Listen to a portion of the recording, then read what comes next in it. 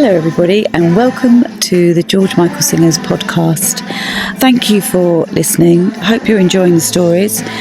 Please don't forget to subscribe, but also just a little reminder that we have a show coming at the O2 Indigo on the 3rd of December. So please get your tickets, please come along and see us, and don't forget to subscribe to the George Michael Singers podcast. Thank you for listening.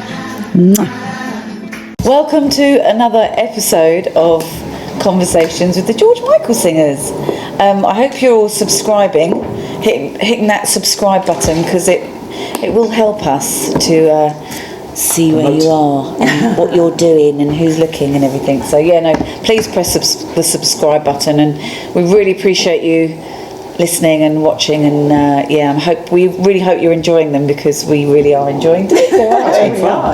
Actually, we're getting to know you, getting to know all about you. So last week, we won't be doing that song at all. We've done Jay's story, and we did my story, which was a bit crazy. No, it was great. It was beautiful. But we're going to do Shirley Lewis's story today. Paul, can you get some popcorn, please? I know, this is going to be epic. Not be that epic. Yeah, of course it will be, darling. Shirley, you obviously come from a musical family. I say obviously, I think everybody knows it's on your... Could you say I'm Linda Lewis's sister? Yeah. Well, for those who don't know, my sister was a very famous singer in the 70s.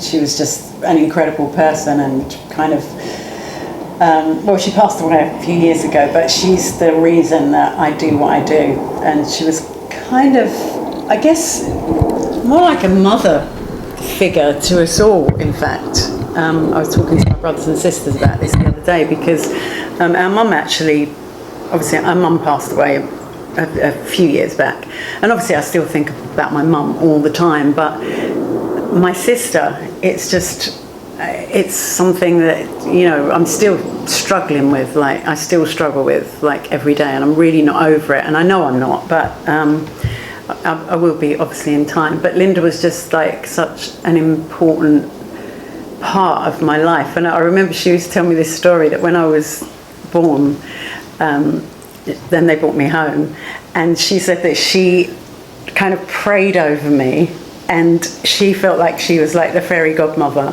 and I was like the Cinderella, and she was like, she just kind of put all this happiness and joy and love all over me, and I think, wow, but I really feel like that. I feel like I'm a very kind of joyful person, and out of all the mad shit that has gone on in my life, which we're going to explore. Yeah, I still kind of have that, but I think how brilliant that she was she actually did. She was I saw you, and I'm like, oh, I'm your fairy godmother, and I'm going to just shower you with all these lovely gifts. So how much older was she than 10 years. 10 years. Yeah, 10 years. She was born in 50 and I was born in 60, so yeah. It's amazing that, because that shows you how powerful words are. Yes. You know what I mean? You can't take anything for granted. Exactly. Wow. And I obviously didn't know until, I was, I don't know, probably when I was about 9 or 10, then she told me that. But it's what an amazing thing for her to plant in my head anyway.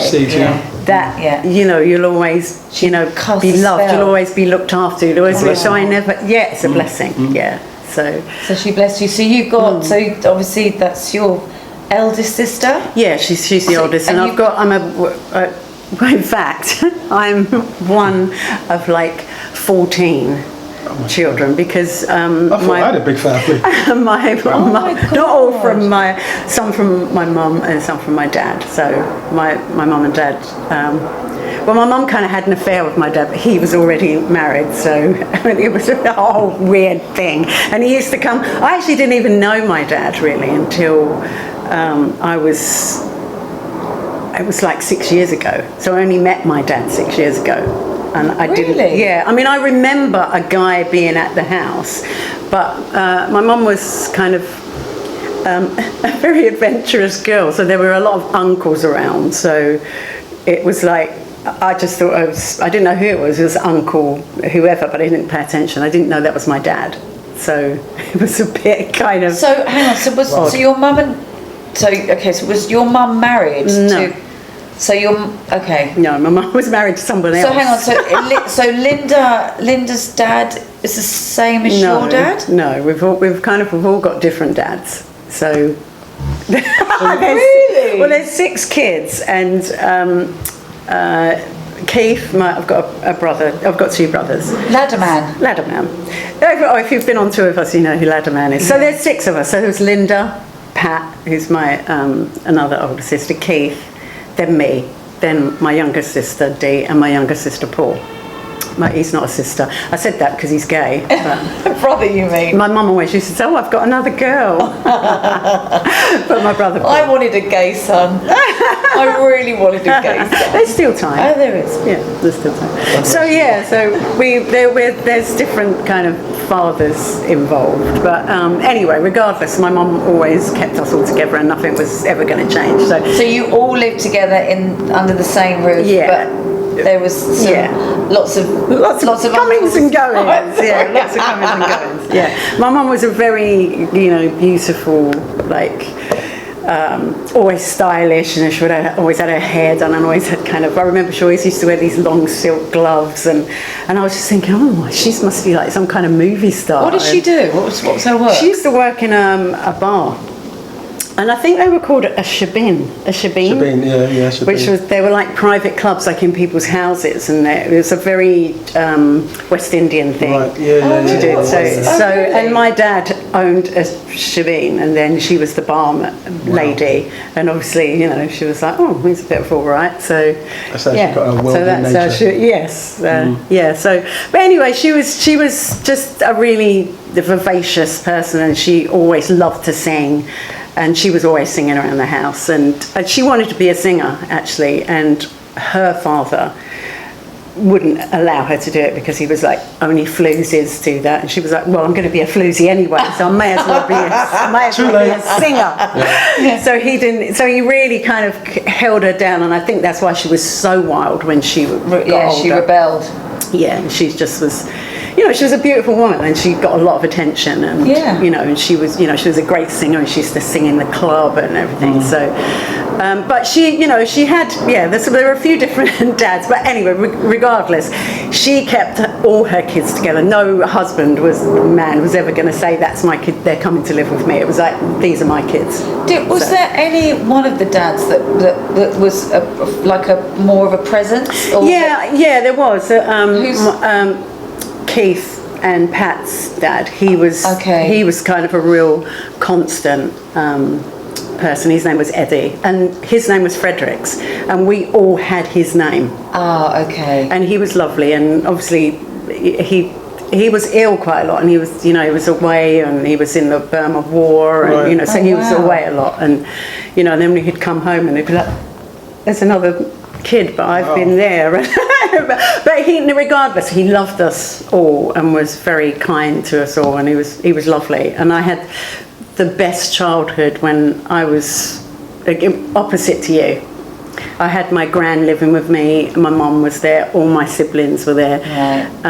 And every time my mum had a new baby, we basically moved to a bigger house. So we started off in a 2-bedroom, then we had to get a 3-bedroom, and then we went to a 4-bedroom. And then into a hotel. Because we just had to keep upgrading. Was there any favourites at that time? Did any of your parents favour? Because there's always, like, within a big family, you always find that one person seems to be getting more attention. Is there any competition? I guess Linda was the one that, like, at first obviously had all the attention. Linda was she was singing all the time, when she was like 3, she'd be singing. My mum used to make her sing on the bus so that people would give us money and things like that. So she I guess, like, my mum was, I think, living her life she was pushing Linda. Right, okay. And I'm not sure if Linda really wanted that, but in the end I think she that was just who she was. But was obviously her. Yeah. Her Of course. A prolific songwriter. Yeah. I mean, like. So she was born to do that. But it was interesting. Like I said, I have a completely different upbringing too, because I was very, very happy. And I don't know if it's because Linda blessed me and that's how I was, but I just remember just having the best childhood, like up until I was, I don't know, maybe like around 12 or 13. Everything was like lovely.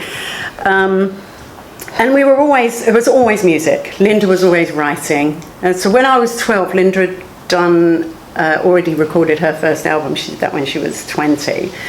And then she was on to her second album when I was around 12.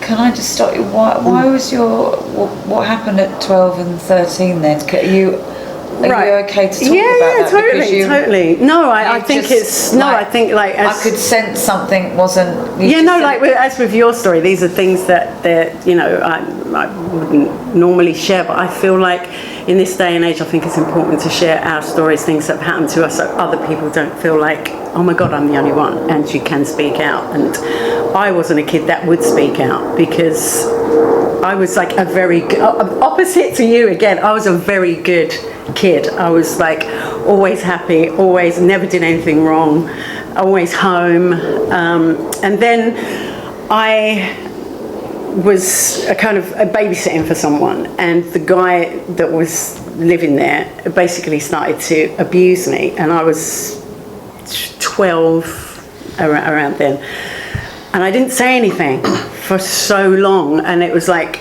all I wanted to do was go with Linda when she came home. I was like, can you take me? Because sorry, somebody was babysitting for I you? was babysitting for someone. For somebody? Yeah, and the husband started to abuse me, but I didn't say anything and I think this does happen to a lot of young women. I think you don't know did I do something wrong, if I encouraged this, so you don't say anything, and I didn't say anything to my family. And how long was this actually going on for? It was about a year or so, like until I was I think I was a little bit like coming up to 14, so between 12 and 14, a long time. But then I just was like, when I wasn't there at weekends, like babysitting, then I'd be like, Linda, can you take me with you? Can you take me here? Can you take me there? And she did. She just used to sweep me off to like her place that she lived in Hampstead, where she lived with a load of musicians, which was just incredible. And I was just like, there was like America. Do you remember the band America that did I've been through the desert on a horse with no name? Do you know that song? No. Oh, these are all probably before your time. And Mark Bolan and Cat Stevens, and so all these people were like in this house, and I was like, to me it was like I feel so safe here. Yeah. And trust me, they were all doing drugs and all sorts and drinking and all sleeping in the same bed together because they were hippies. Yeah. But they were creating this music, and it was like, oh my God, like I don't want to go back to the East End. I don't want to go back to that, because that was, I knew what's going to happen, and I kept going back and babysitting, and I kept going back and going back and going back. Well, he obviously but it's like grooming. But how did you kind of get over that? Going from that experience must have been, I don't know if you had anyone to talk to or to talk about it, or no, I didn't. I never told anyone until years later, until I was, in my 20s, in my 20s. But at that time, how was you feeling? Was there a feeling, or did you feel, is this normal? What was the feeling? Well, I didn't know if it was normal. I knew it wasn't normal. Right. I knew that. And you knew it wasn't right, but you just, I knew it wasn't right. Then what I tried to do was, anyway, and one time I said, look, I can't babysit anymore. I'm getting too old. I don't want to do this anymore. And that for me was so. It was too old at first. Was it empowering? Was it empowering? Yeah, it was like I haven't said what happened, but I said I can't do that. I can't babysit for you anymore. And I thought, this is really good. I haven't said what it is, and then. But then the lady said, did something happen? Did my husband... Oh, the wife? Yeah, did something happen, and did my husband do that? And then I did say yes. And anyway, in the end, he did get prosecuted, and Wow. And, really? Yeah. So that was. So had he been doing it to? Obviously, he must have been Obviously, cool. I'm not the first person. And a wife must have known, obviously. Yeah, but Yeah, this but is the thing as well, and if you do have young, but boys or girls, by the way, this is not something that exclusively happens to young girls, it happens to young boys as well, but if you do, I don't know if there are any signs, like I said, like no one would think that happened to me, because I kind of I'm like, I need to shut the door on that. And I've done that throughout my life. Yeah. But music has been something that's always saved me. It's like an escape, isn't it? Yeah, and like when I used to go with Linda, then I'm like, oh, there's a whole world out there. I don't have to have this life. And I always often wonder, like, what, obviously when I told Linda, she was like, literally wanted to kill the person, yeah. And she actually did confront that person at a much later date when she was much older. But do you know what, Shirley? Just to go back, because it's like, you obviously you said that Linda had blessed you and everything was so happy, and you were this happy, lovely girl, and then that obviously that period must have damaged you. Oh, 100%. But it hasn't damaged you in a sense that because the person that I know, you're still this really beautiful, lovely, happy person. Yeah, you know I've managed. You've come through it, and how did you come? I guess that's what I'm trying to ask. Okay, you. How did you come through it? So, and I don't not to damage you. No, and I don't know that this is a good thing for people to do it. But it isn't. And now, don't forget, now people are more open and they talk about things. When I was a kid, I was born in 1960. And the weirdest thing is like going through that experience, you almost feel kind of guilty. Is it you? Is it them? Exactly. And then you think, what have I done? Or how do I talk to somebody about this? Because you're like thinking. Well, like I said, I didn't say it. Yeah, of course. I didn't say it until I was much older, and it was easy for me to say. But however, what I was going to say is now you can talk about it. What I used to do was just immerse myself in the music, like you get a hairbrush, sing, and that was my happy place. And anything else, I would just bury that. And when my daughter always laughs at me about this, because if things still happen, shit has still happened to me in my adult life that I don't know if I've got all the time in the world to say this, but I'll maybe go into it another time. But I was in a marriage that wasn't very healthy for a long time, but I managed to get through that as well. But what I do, which is not good, I don't think, is I'm like, there's a dirty pool. I can't live with that. I have to kind of empty out the pool, put all the shit in there, cement it over, and then put nice clean water in there, and it won't come back because I've buried it. It's cemented down. So it's down, and now everything on top is. You must get triggered though, because But I think this is how I think that's how I got into the marriage that I was in. How relationships that I've had with men over my life. I think I'm only just now dealing with it, making sense of it. Making sense of it, and also being more assertive and really kind of not wanting relationships. It's the last thing in the world that I would want right now, is to have a relationship, because I'm able to work on myself. I'm glad I'm getting to that point now. But amen to that, sister. I'm right where you are. But what has helped me again is music, and this is the George Michael Singers project has helped me with everything, with my confidence, with just being with like us lot having the laughs we have, all that. You feel a little safe. It's the same thing that I had with my sister. Do you know what I mean? So same thing we had with George. I mean, he was like our godfather. He was like our mentor. He was like, and that's a male figure in my life. Again, my daughter she's really smart, by the way. She doesn't get it all from me, but she always says when you she sees like my marriage as something that was quite a negative male energy. But she says, like, if you look, there's two people that she remembers. So she remembers my husband and she remembers George. And she said, how strange that this one man gave you so much happiness and so much security and so much love, and the other one didn't. Yeah.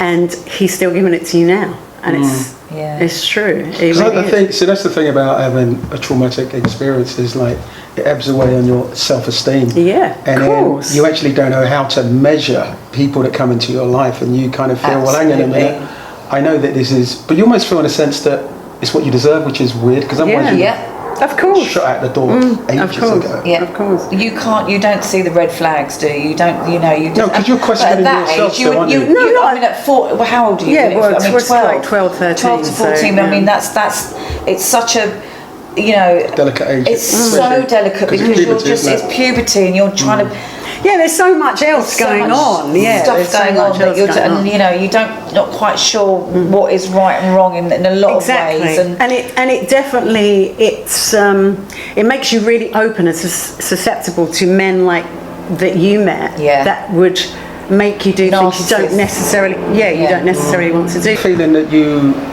learn to live with, or is it a feeling that is slowly goes away? Because I think sometimes, even although we think is it buried? Exactly. And I think that, like I said to you about cementing over things, it's not really good to do that because it will still be there. And if you have something that happens to you. It is better to tell someone, and it's better to get that out, whoever it might be, a professional or a friend, or if you can't talk to your parents, then someone else's mum that you find trust, someone that's going to believe you, and But you see, I think now people more believe you. I think it's more out in the open. I think when I'm older than you, but it's at the time it wasn't something that I think you really taught it. You didn't know how to talk about it. Because no one was talking about it. No one was doing it, exactly. I think in schools now they've got, things, Exactly. Plus they've got, in homes now, everyone's got a camera. You know what I mean? Because we don't trust anybody anymore, so you would have a camera everywhere. So. You need to. But because of stories like this, I think because people are talking about it more, and actually you realise how prevalent it is and how scary it is. It's everywhere. Anyone that's got any kind of authority, not everybody, but they've got an advantage, haven't they? Anyone that's sort of in that sort of, I don't want to label anybody, but do you know what I mean? Anyone that's of an authoritative figure abuse that. Yeah, because it's a well-known fact that hurting people hurt others.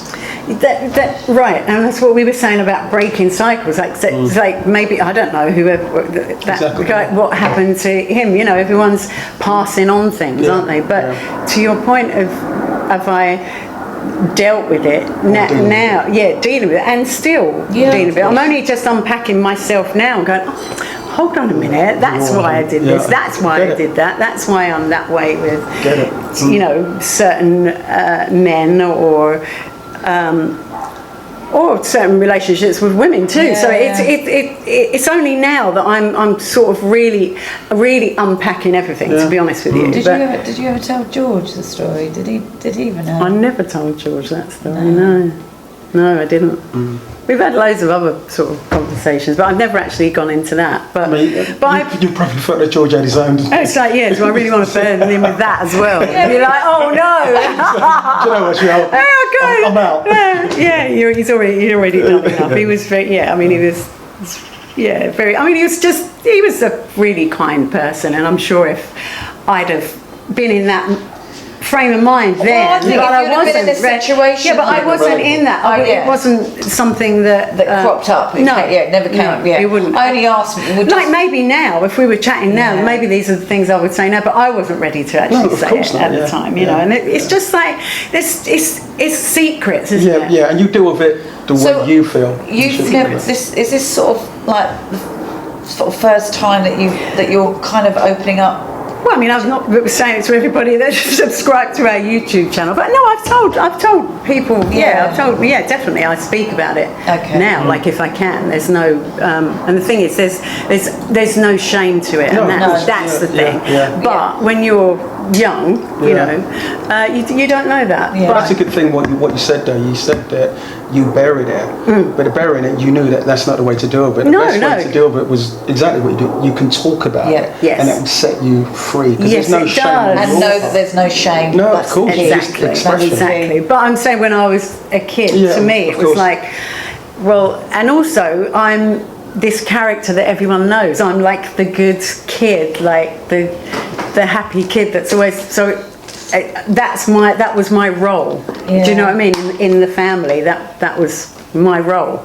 I'm like the happy one that doesn't have any real problems and blah blah blah blah blah blah blah. Was that a facade? Was that something that you created within yourself? Again, I think Linda kind of, she put it on me, and I was like, okay, well, I'm loved and blessed, and so no matter what happens, I'm still loved and blessed. It's good. But yeah, I mean, I was, and I also think that what I did was, well, see, I'm only unpacking this now as I'm older, but when I was 14, 15, I put on a lot of weight, and I think kids do that too, because if you're big, if you're big, why would anyone want to touch you? Yeah. So that's another thing that kids do. Self-esteem, isn't it? Yeah. And I was kind of like that, and really, like, I did talk to George about this, about being a geek at school, because I was like a geek, like a big fat geek with bad hair, and I used to literally eat my lunch in a toilet on my own because I didn't have any friends at school, so I didn't really, I hated school. So I did talk to George about this, because he was like, he had the, he was a geek at school. He was, with had spots and glasses and curly hair, and he wasn't the one. So we did have conversations about that. But yeah, the whole thing at being at school, and like I said, I was overweight and and I didn't really kind of blossom, I guess, until I was about 19. I think then did you blossom? Amazing. Then I went wild. When was your first performance? Gig. Okay. Gig, because wasn't it before? With no, my first gig was with Linda. But how old were you? I was young. That's what I'm saying. Yeah, I was like. I was 15. Because I remember you telling me the story that you were at school, you didn't like school, did a gig with Linda, and that was it. You didn't go back to school. I went to Top of the Pops when I was 12 or 13. Linda had her first hit single, which was Rock-a-Doodle-Doo, and she was doing Top of the Pops.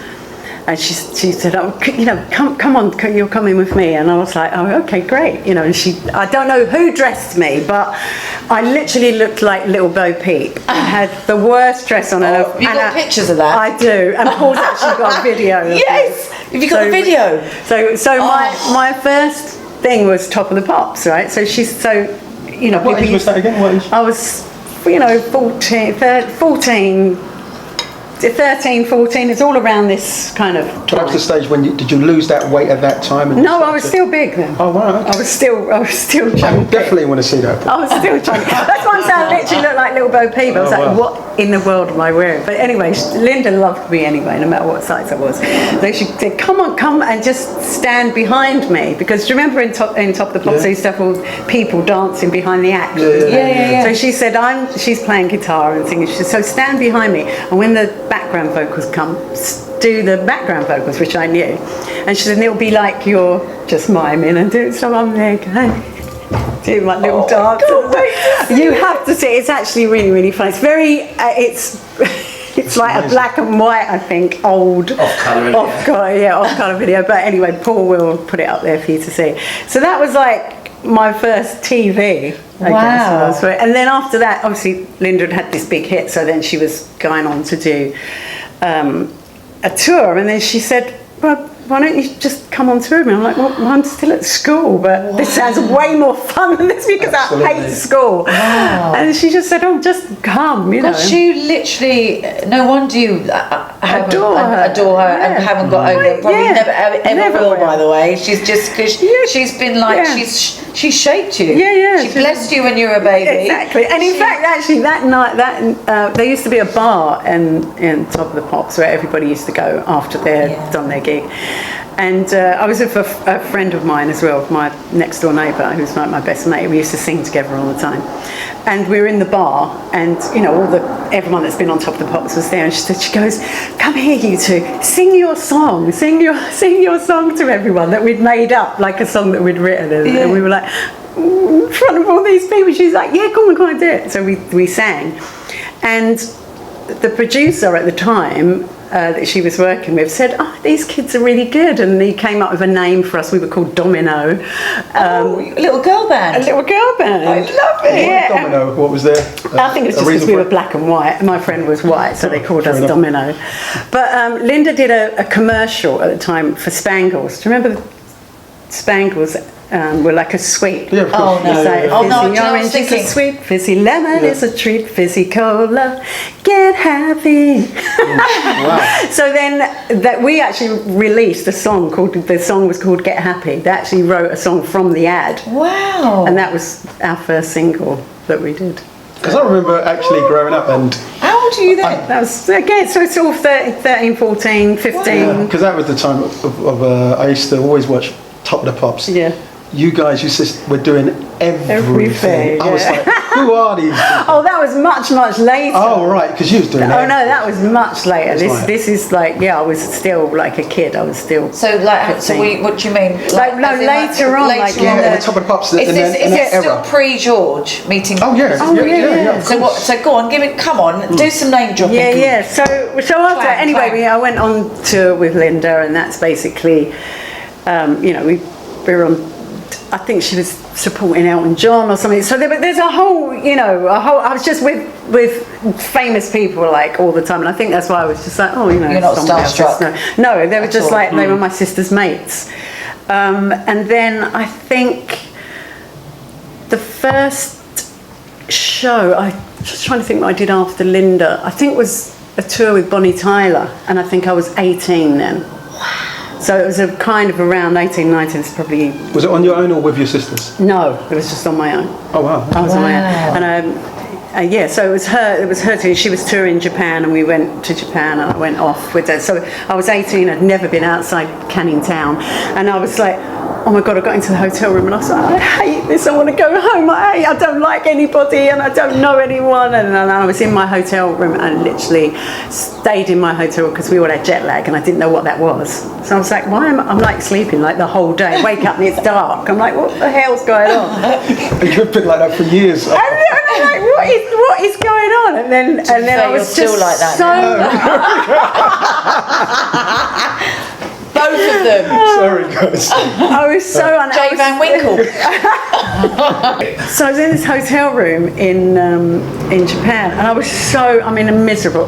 But bearing in mind, I did not drink at this time. Okay, so I was 18, so I wasn't, hadn't really got into alcohol or anything else. The cat just went flying by there. So I'm in my room and I'm crying, and I'm like, I just want to go home. I hate it. The tour hadn't even started. We hadn't even started rehearsals. And so the phone rang. I picked up the phone and said, hi, it's Linda. And I was like, oh, Linda, I miss you. Where are you? She said, don't cry. She said, I'm downstairs in the lobby. And I was like, oh my God, I love you. And they went, oh, no, I'm not really. She just went, oh, no.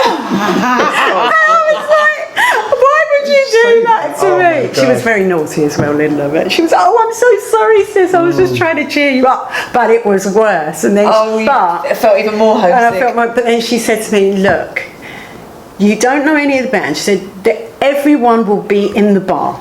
She said, get dressed, go down to the bar and just start talking to everyone and you will be fine. And I was like, oh, okay. And then I went down to the bar and there was the whole band at the bar and they went, oh, okay, do you want a drink? And I was like, okay. And there I was. And I stopped drinking since. But it was her saying, just go and do this. You guys, it's fine. You'll be fine. And I was fine. And then I was like, this going away on tour is wicked. You don't have to do it. You can sleep till when you want. You don't do a sound check till 4 o'clock. Drink as much as you like. Drink as much as you like. So I was like, perfect. And then I went on tour with Elton John and Spandau Ballet, and just a. And is this the time when you were saying... And that is when Jay would have seen me and my sister then. Was that Linda or Dee? No, this is Dee. So then I brought my sister in, Dee, and we did basically all of the high energy stuff that started, with Ian Levine and... that song, High Energy? Yeah. That's the first song Dee ever sang on. Who's the guy who done the talent show? Who was what's his name? Pete? No, I can't remember his. You know what I'm talking about? No, I know who you mean. Simon Cowell. So Simon Cowell. So we were all like the same age. We were all working together, and we were in the studio all the time. We did all the PWL stuff, every track. Stock Aitken and Walkman. We did all of that, and then we were literally just on top of the pops every single week. I used to see these guys from. We were with like Mariah Carey. And every week it was almost like they were part of the whole thing. Wow. We'd be like, oh God, there are those girls again. And literally it was like having a regular job. We were working incredible. If you was a girl session singer at that time, you're not getting the gig. No, we got everything. But getting everything. But you know what? The music business was really good back then as well. It was. You used to get a car come and pick you up. The money was insane. Absolutely. You always had an Edison. A chauffeur car. Yeah, chauffeurs used to get. I mean, there was just an abundance of money in the music industry then, because vinyl. I mean, the digital streaming world it's killed the industry. So there's no products. There's no products. There's no, so there was like an abundance of money. It was really a fabulous time. It was a great time, and we were doing all the big songs. Going Gets Tough. We did the Billy Ocean stuff. We were just on everything. I listened to the radio, and it'd just be like us. And then No wonder none of us got any work. Sorry about that. I wasn't a girl, so. Sorry about that. I was all right, but I noticed you guys were doing. Yeah, we were. It was fun, but in fact, that's like the reason I've got my name Lewis is because Linda's name was obviously I said we were all Fredericks. All right. So she just randomly chose Lewis. But then when I went and did my first session, I went there and I didn't really, you had to sign MU forms at the time. But when I got in there, the name at the top, they'd written Shirley Lewis because they just said Linda's sister's coming in. So they just assumed my name was Lewis. And they'd written it on the didn't even ask. It's like, we just made up. And then I just looked and I thought, okay, I'll be Shirley Lewis. And that's how I became Shirley Lewis. Oh, wow. Yeah. And you guys were the Lewis sisters then? And then we were Lewis sisters. And then, so even my mum started calling herself Lily Lewis after a while. Wow. Yeah, so then we were, I was just off and running and just doing everything. So, I mean, just to recap, how did you meet George then? Just because I think there's some people that would have listened to, I don't know, I think we've mentioned it briefly on the tour, on the tour, and also I think in some of the other episodes we might have touched on it, but just for those who don't know, I was on a tour with Spandau Ballet, and I'm sure you know that Shirley and Martin Kemp are very close friends with George, and it was Shirley actually that introduced me to George, which was really nice. And we got on, and then I kept seeing him. Like then I did a video with Elton John, and he'd sung on it, and so then he come to the video, and it was like, hi, and it's like, it's you again. It's like, and it's like, he remembered me, and we always used to get on, and we kind of just. I just thought he thought, she's a nice girl, and we enjoyed our chats. And then I saw him at Live Aid and various places. And then he was just about to end the Wham era of his life, and he said, "I'm doing this gig. Would you like to come and sing?" And I was like, "Yeah." Like, what's the gig? It's always my band Wham. I was like, I didn't really know Wham, to be honest with you. I was like, I know there were two. I mean, I know them, but I didn't. But I wasn't that aware of them. And I was like, great. And I thought, brilliant. I didn't realise it was like Wembley Stadium, and it was like the final. So huge. Did this happen during? Because I know you had a solo career that you was working. I did. Was this before? Did you have that before? No. It was after I met George. Oh, right, okay. So I started working with him from Wham, the Wham final. Yeah. And then we did loads of stuff. I mean, if you look on the internet, there's lots of stuff that when I was just the only singer. So it was me, Dion. Yeah, Dion. And it was just me. So it was just like us three doing the vocals. So there's lots of things on the internet of us doing stuff. And then he's obviously doing the album. With the Faith. Yeah. But classic. just in that time, I kind of was getting a solo deal with A&M. So, right. So it was around that time, and around the time that he was recording Faith. And anyway, I went in and did Faith. And then, I don't know how long that took, knowing George, it was probably a year or something after that album actually came out or something. And then he said he's going on tour. He's doing the Faith tour. But I literally just signed with A&M. And they wanted me to go to LA to work with, what's his name? The girl, he produced, who's the girl that did Early in the Morning, at breakfast at your table. Superwoman. She did Superwoman. Oh, what's her name? He produced, I think she was married to him actually as well, or they were partners. I can't remember her name. Anyway, you can Google that. The lady that sang Superwoman. It was her. Steve Harvey? Oh, anyway. Karen White. Karen White, yeah. Yeah, so it was her he had produced her, and he heard my demos and wanted to produce me, but he lived in LA and they wanted me to go to LA. And then George had called and said, I'm going on tour. Can you come and do the Faith tour? And I was like... Yeah, but it's weird though, because we've all had the similar things. I mean, in working with George, I had a solo thing and George asked me to actually come and tour. It's weird how we just said, okay, and we put our own thing in the background for a while. No, but I didn't. That's the point. Oh. That's why I didn't go. You didn't? No. Well, you should have done. No, I should have done. That's my massive regret. Wow. I say this all the time because it was like he called me and he said, we're going on tour, and I was like, oh wow, like amazing, yeah. And he said, like, can you come? And I was like, oh, I'd love to come. Then I called the record company and they said, well, you can't go on tour with George Michael because we've just set up this whole thing. We've just given you a big advance and you're going to LA. And then I had to call George back and say, I don't think I can do this. I'm talking to the record company, but I don't think I can do it. And I was trying to work it out. And then he kept calling me and going, what's happening? Like, I've got to make a decision. I was like, I'm still waiting for the thing. Anyway, in the end, I had to call him and said, they won't let me go. And he was like, it's okay. He said, you this is your shot. He was lovely.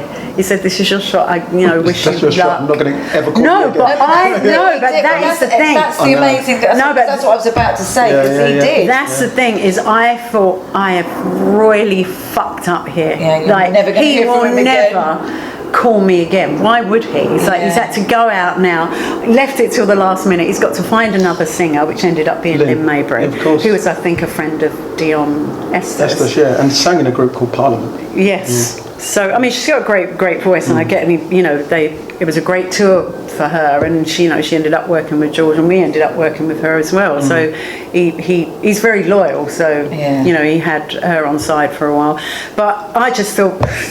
So anyway, I did my songs, and they did all right in America, but here nothing happened. And anyway, in the end, I got dropped from A&M, and I was like, oh great, I should have gone on tour with George Michael. And then he was doing Listen Without Prejudice, and then just one day out of the blue, actually it was funny because I was home and my daughter picked up the phone, and she was obviously said whatever he'd said, and then she came like running and she said, Mum, George Michael's on the phone. And I was like, oh God, don't say his full name, just say George. But he must have said to her, it's George Michael, because it's a kid, so he's going George Michael. She was like, Mum, George Michael's on the phone. And so I said, oh hey, like how are you? And he was, I was like, how's the tour? It was amazing. And he was like, yeah, how did things go? And I said, well, not so great. It was not a good experience, blah blah blah. And he went, I'm doing a new album. He said, can you come to Psalm? And I was like, thank you, God, he still loves me. And from then on, I was like, I will never say no to George Michael again. Is that the Faith album? No, that was Listen Without Prejudice. I did the Faith album. So you'd already done I'd already done the Faith album, we'd already done that before he left. But then he'd gone away and done the Faith tour. Oh, so it's the Faith tour you didn't go on? Yeah. And then obviously after he'd come, and obviously knew the tour was over and it was a big success and the girl was good, and it's like, damn it. And then you said you're never going to say. And I thought when I got the call and we were laughing about Carly, like saying George, I said, oh, she's all excited because George Michael called, and and he said, he's doing, can it come down to Psalm? And I was like, yeah, of course, I'd come down. And then that's when we did Freedom.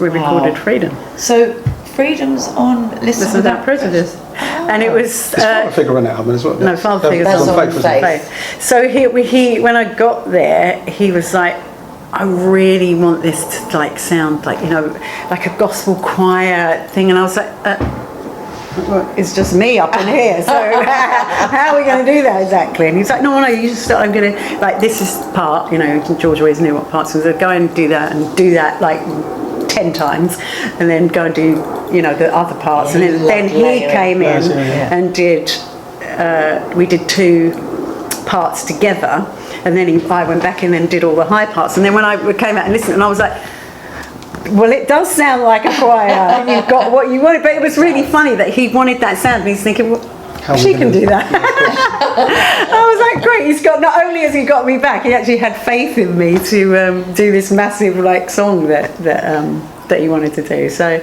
and from then on, I was like, I will never ever say no to you, my brother, again. And the rest is pretty much history. We've gone on a bit of a roller coaster here. Hopefully none of you have fallen asleep during that time. Oh, I don't think so. But big thanks to Linda. And if you get an opportunity, go and stream her music on Spotify or wherever you get your music. She's got some incredible songs, and she's my fairy godmother, so it's worth a listen. Oh. That's beautiful. Thank you. Amazing. See you next time.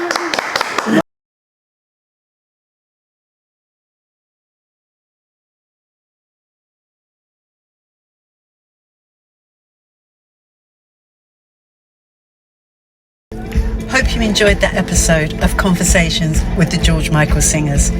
We really hope you learned a little bit more about George Michael. Keep listening, keep following us. There's lots more to come.